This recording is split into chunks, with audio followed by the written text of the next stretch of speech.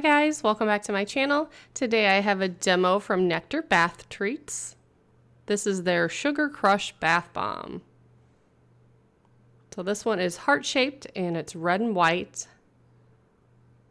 And this smells amazing. So the fragrance notes are Asian pear, lily, and pink sugar.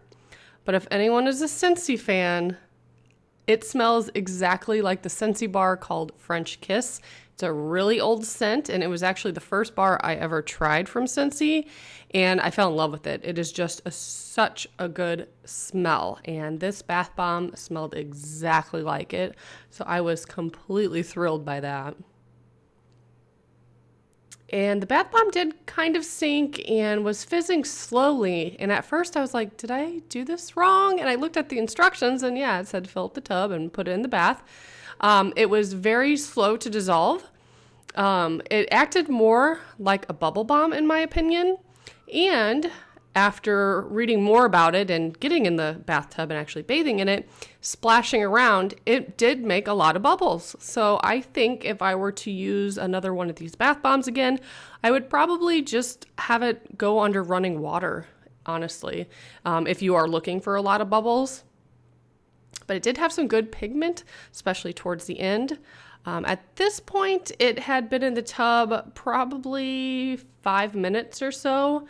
So it did last a very long time. And I picked it up occasionally just to see if it was, how much was still left. And it's a very solid bath bomb, I can say that. And extremely moisturizing.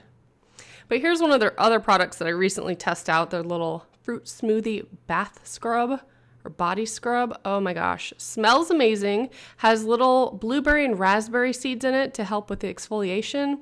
And all their products that I have tried so far just smell so good.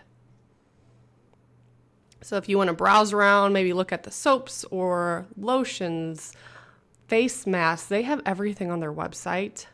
I will put a link below. And a lot of it is food shaped and themed, which I think is really fun. So here's the bath bomb after at least 5 minutes, still solid, can't tell, but here's some pictures of after I got out of the bath and during the bath.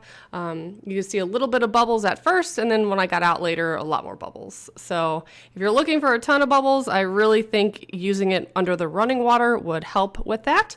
But that is all I have for you today. I will go ahead and link their website below in case you want to take a look around, and thanks so much for watching. Bye guys.